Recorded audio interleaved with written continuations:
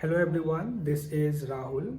So if you are an iPhone user and you are looking for a reject option in your call or a decline option in your call, then maybe by finding a video you are here. So in this video I will show you, or I will show the steps how to reject a call in iPhone.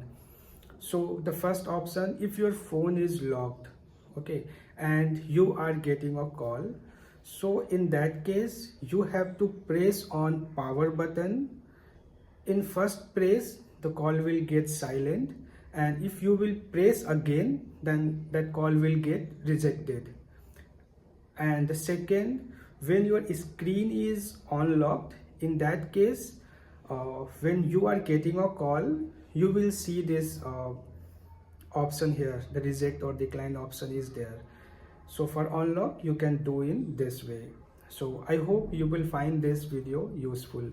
Thank you.